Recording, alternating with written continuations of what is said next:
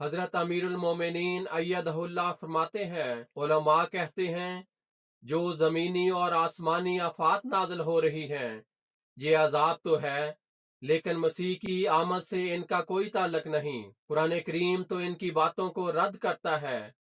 अगर ये लोग मसीह मौद के दावे के बाद अपनी हालतों को नहीं बदलेंगे तो कोई भी महफूज नहीं है। इस बारे में हजरत मसीह मौद अलैहिस्सलाम फरमाते हैं कि ए यूरोप तू भी अमन में नहीं, और ए एशिया तू भी महफूज नहीं, और ए जजायर के रहने वालों कोई मसनूई खुदा तुम्हारी मदद नहीं करेगा। मैं शहरों को गिरते देखता हूँ और आबादियों को वीरान पाता हूँ।